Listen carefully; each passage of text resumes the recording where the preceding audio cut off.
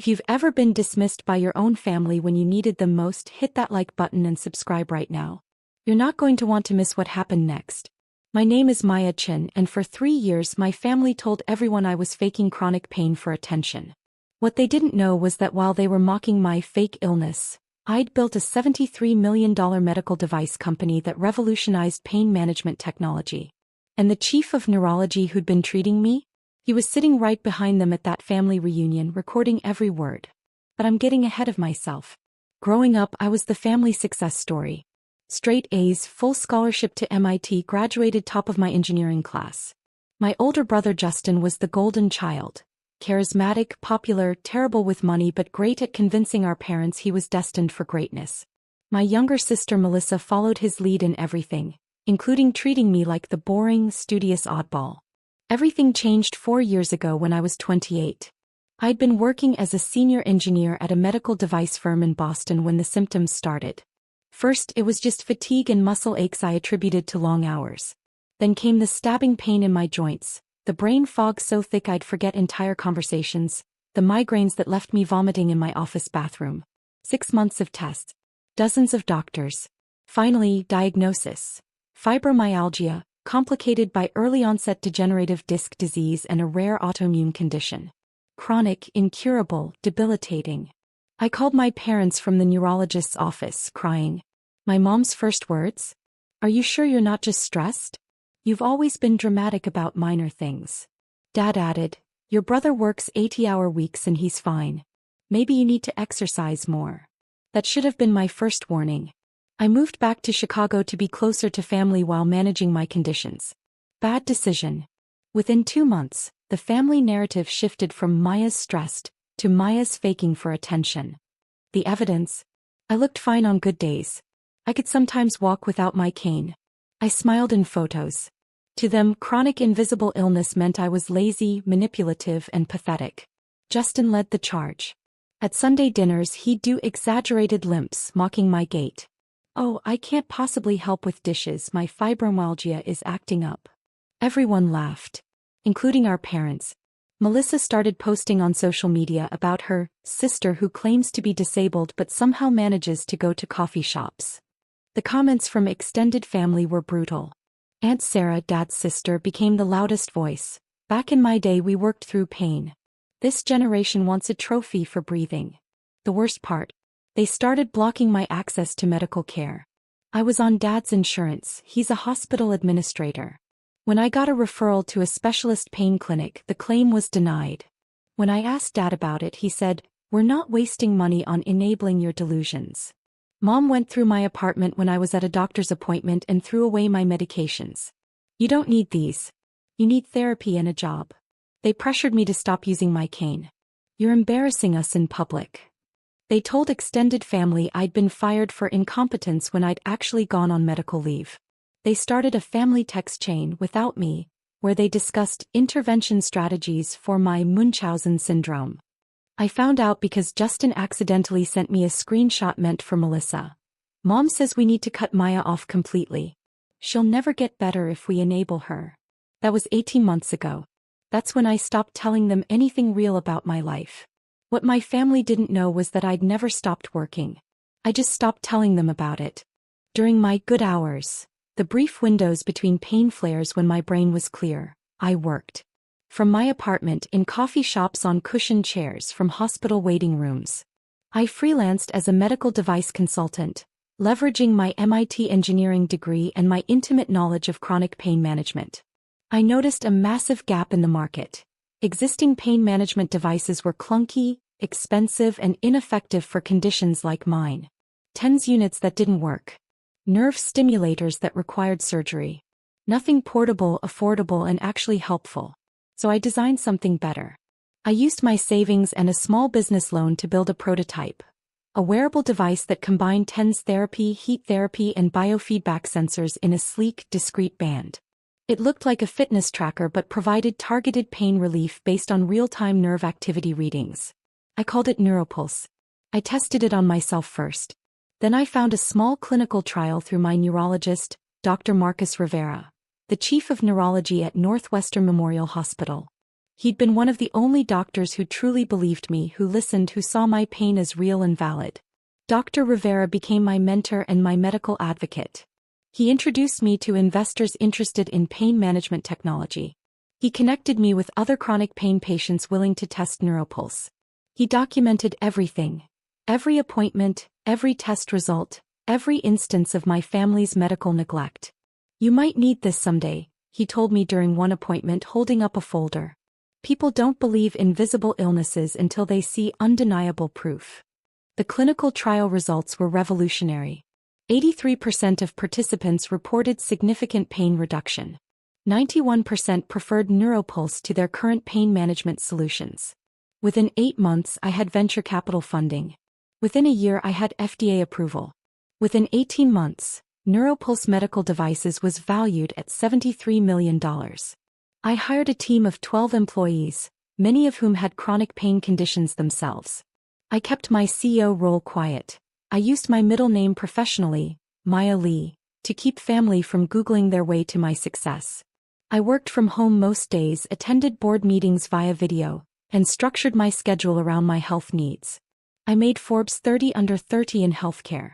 I spoke at medical conferences about patient-centered device design. I signed distribution deals with major hospital systems, including Northwestern Memorial, where my father worked in administration. He had no idea the breakthrough pain management device his hospital was purchasing came from me. My salary and stock options put me at $2.3 million in annual income. I paid off my medical debt. I bought an accessible condo with wide doorways and a walk-in tub. I finally had health insurance that actually covered my treatments. And I told my family nothing. Why? Because I needed to know the truth. Would they love me without money? Would they believe my illness was real even if I wasn't successful? Would they apologize for their cruelty if they had nothing to gain? I already knew the answer. But I wanted to watch them prove it. The family reunion was Aunt Sarah's idea. A chance to reconnect after Maya's troubled few years, according to the family group chat I'd been added back to. The invitation came with strings. "We expect you to attend without the dramatics. No canes, no talk about your conditions, and please dress appropriately. This isn't about you." I almost declined. But Dr. Rivera convinced me otherwise. "Maya, I've been documenting their medical neglect for 18 months, he said during my appointment 2 weeks before the reunion. "The interference with your care, the medication disposal, the insurance blocking. In some states, that's criminal elder abuse. You're under 35, but the principles apply. This is medical neglect of a dependent adult." He showed me the file. 37 documented instances. Recorded phone calls where Dad discussed denying my insurance claims. Text messages from Mom admitting she threw away my medication. Social media posts from Melissa encouraging others to stop enabling Maya's victim mentality. "I've been invited to your family's reunion," Dr. Rivera continued. "Aunt Sarah's husband works at Northwestern. I'm his wife's neurologist. She has no idea I'm your doctor, patient privacy laws, but I'll be there. If they publicly dismiss your conditions again, I want permission to intervene." "Why?" I asked. "Because what they're doing is dangerous. Because you're my patient and I advocate for all my patients. And because I'm tired of watching families destroy people with invisible illnesses." I gave him permission. I also called my lawyer Jennifer Park, who'd helped structure my company. "I need you on standby at the reunion. If things go the way I think they will, I'm finally ready to set boundaries." Jennifer had been pressuring me to pursue legal action against my family for months. She'd compiled evidence of fraud. Mom had opened credit cards in my name during my medical leave, racking up $47,000 in debt I'd only discovered during a credit check for business financing. Dad had forged my signature on documents claiming I'd voluntarily withdrawn from his insurance. "I'll be ready," Jennifer said. "Say the word and I'll make the call." The reunion was held at Aunt Sarah's McMansion in Naperville. 70 people, extended family, friends, even some of my parents' colleagues from the hospital. I wore a simple dress and brought my cane. Not because I was trying to provoke them, but because I needed it. I'd had a bad pain flare the night before and my right hip was barely functional. Dr. Rivera arrived with his wife, Aunt Sarah's husband's sister. He spotted me immediately and gave a subtle nod. He was wearing a microphone disguised as a tie clip. Legal in Illinois, single-party consent for recordings. Jennifer was parked 3 blocks away with a police detective, Officer Martinez, who specialized in elder abuse and financial fraud cases. She'd been building a case file based on my documentation. Your family has committed multiple crimes, Jennifer had explained. Identity theft, insurance fraud, medical neglect.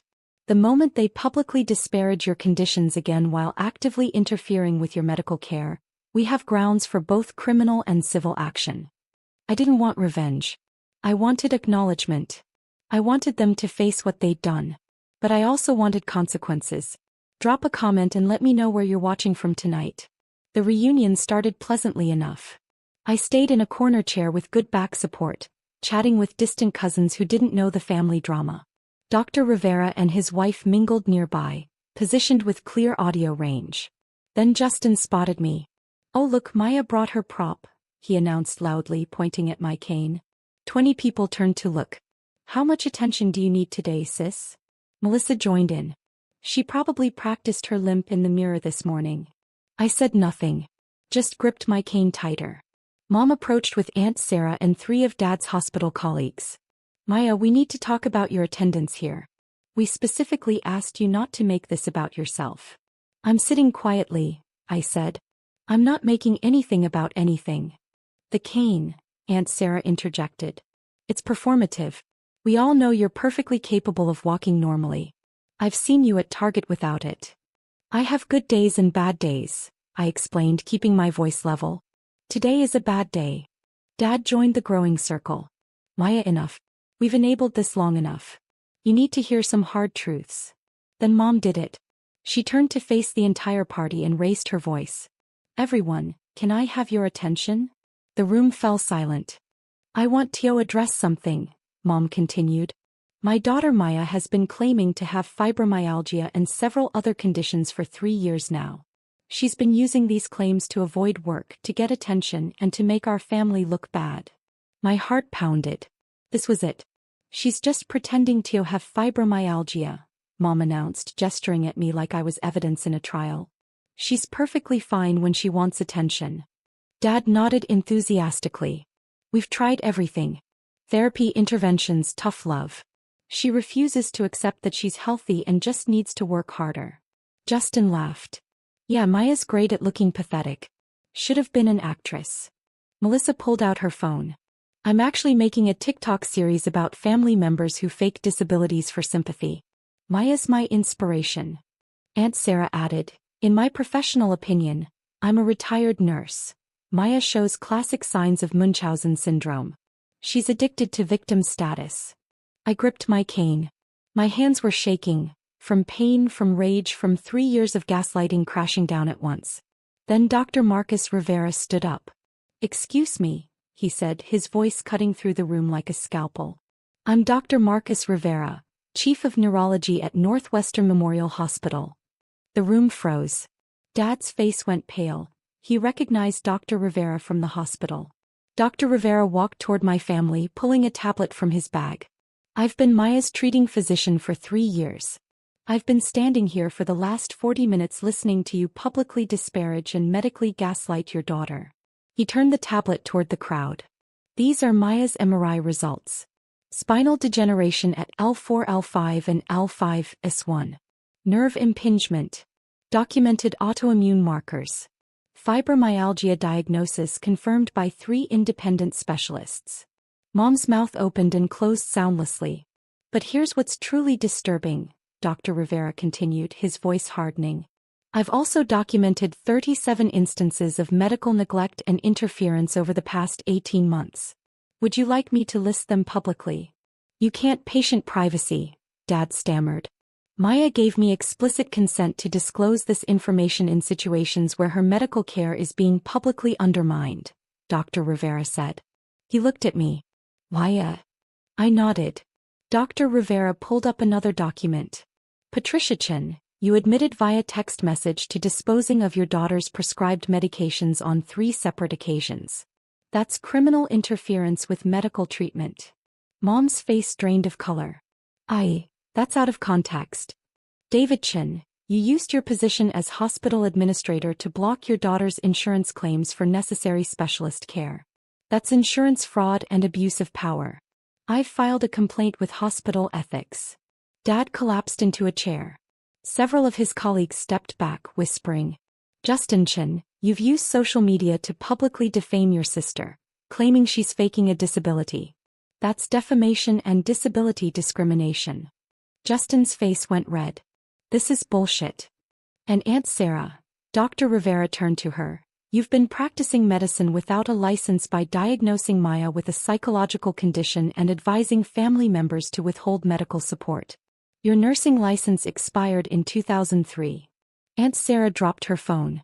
The crack of glass shattering echoed through the silent room. Now, Dr. Rivera said calmly, would anyone else like to publicly comment on Maya's medical conditions? Because I have recordings of this entire conversation, and I'm prepared to use them in multiple legal proceedings. The room erupted in whispers. Extended family members stepped away from my parents. Dad's colleagues were filming on their phones. I stood up, leaning heavily on my cane. I have something to add. Mom looked at me with panic in her eyes. Maya, sweetheart, we can talk about this privately. No, I said firmly. You made this public. We're finishing it publicly. I pulled my own tablet from my bag. I'd come prepared. While you've been telling everyone I'm a faking, unemployed burden, I've been building something. I turned the tablet to show the screen. The Neuropulse Medical Devices homepage featuring my face and title, Maya Lee Chin, founder and CEO. Melissa gasped. Wait, that's the company. The company Dad's hospital just purchased 47 devices from? Yes. I pulled up the invoice.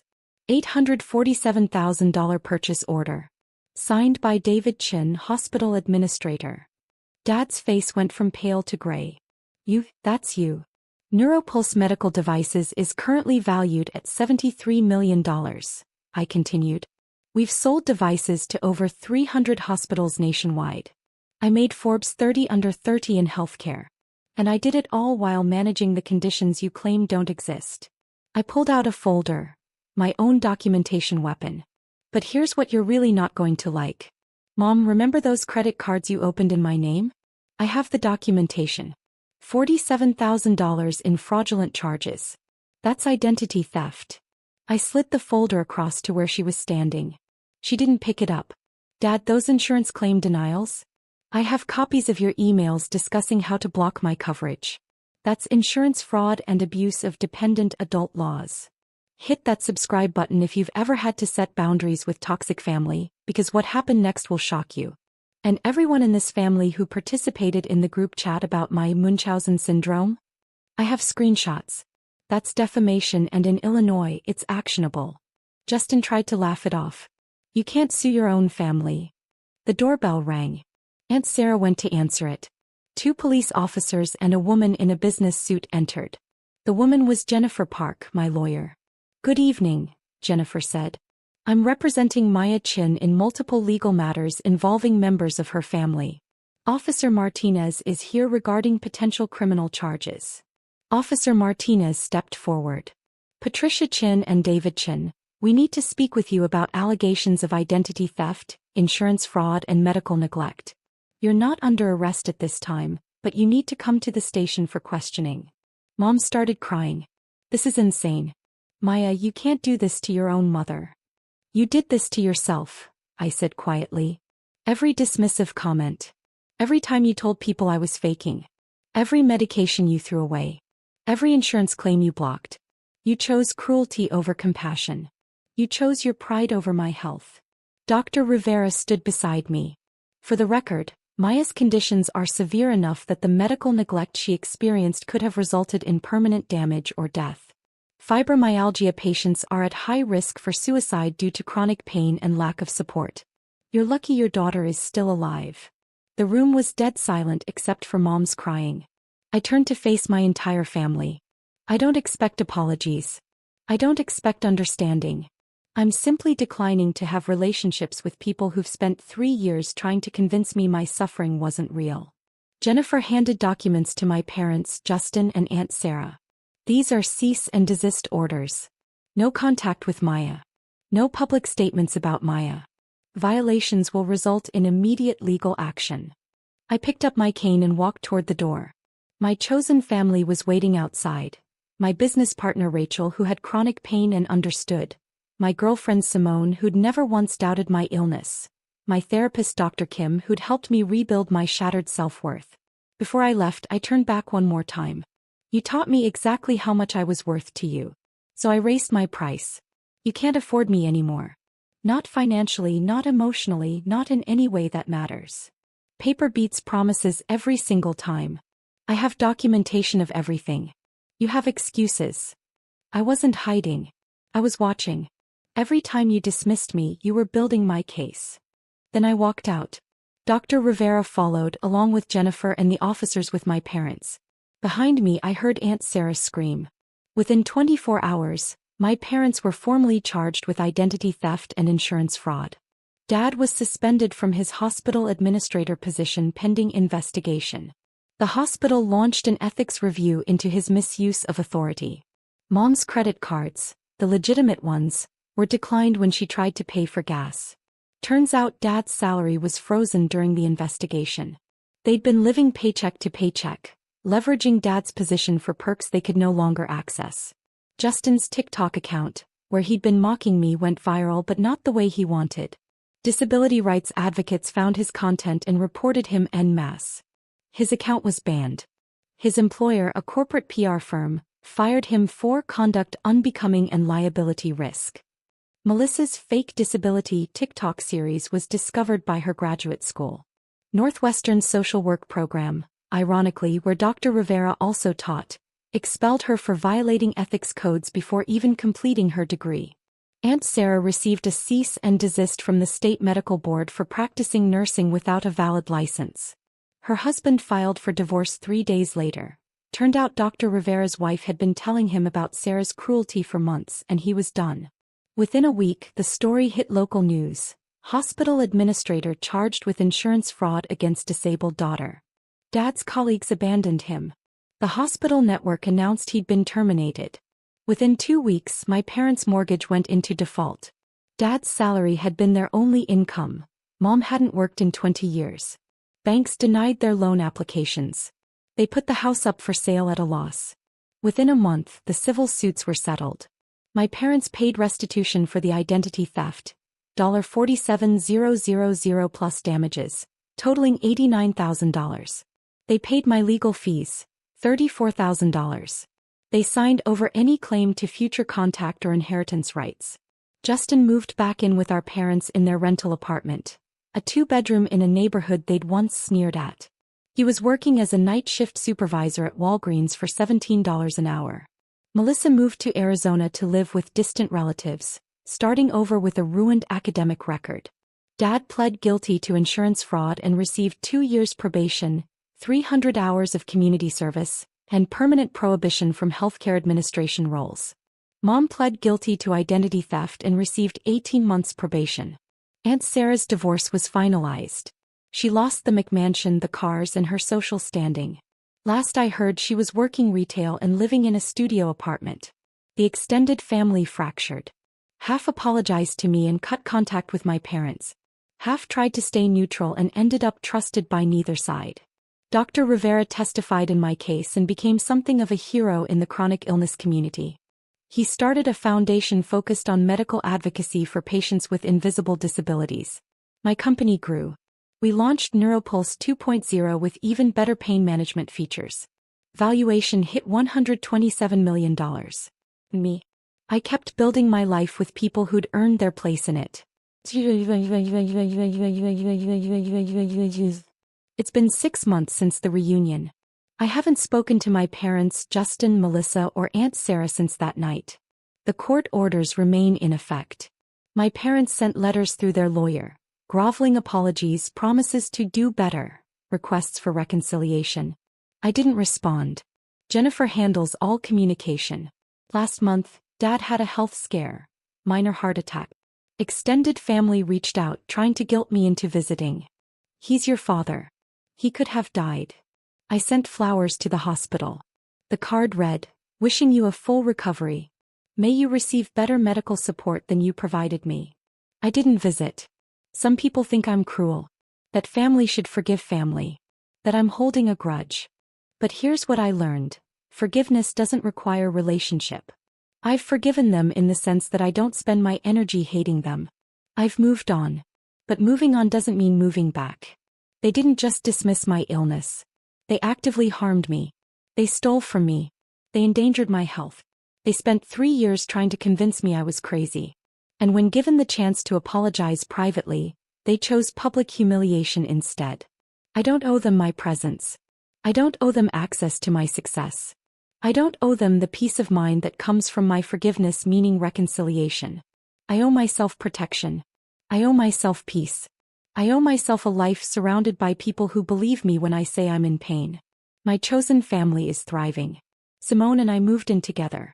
Rachel and I are developing Neuropulse 3.0 with AI-assisted pain prediction. Dr. Rivera serves on our medical advisory board. I still have fibromyalgia. I still have bad pain days. I still use my cane regularly. But I'm also running a multimillion-dollar company, changing lives and proving that disability and success aren't mutually exclusive. Last week I spoke at a chronic illness conference. 200 people with invisible disabilities, all fighting for recognition, for belief, for dignity. I told them my story. I showed them the photos from the reunion. The moment Dr. Rivera stood up, the moment my family's faces changed, the moment I walked out. And I told them what I wish someone had told me 3 years ago. Your pain is real. Your experience is valid. And you don't owe anyone access to you while they're denying your reality. You're not faking. You're not weak. You're not too sensitive.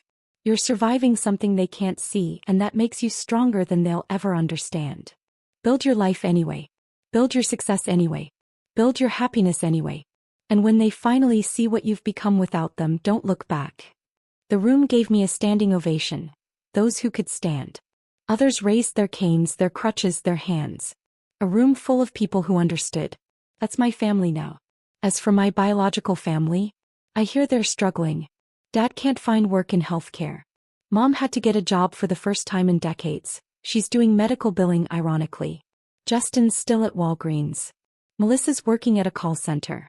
They lost their reputation, their financial stability, their comfortable life. All because they couldn't accept that their daughter was sick. Sometimes I wonder if they finally believe I was telling the truth. If Dad understands the irony of his hospital using my devices. If Mom regrets throwing away medication that could have helped me function. But mostly I don't think about them at all. I'm too busy living the life they said I was too sick to build. If you've ever had to walk away from toxic family to save yourself, tell me your story in the comments. What would you have done?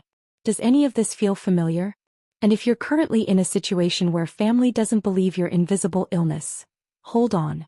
Document everything. Build your support system. Believe in your own reality even when they don't. Your pain is real. Your strength is real. And your success will be the best revenge they never saw coming. Subscribe for more stories about people who proved everyone wrong. Because sometimes the best thing you can do for toxic family is succeed without them.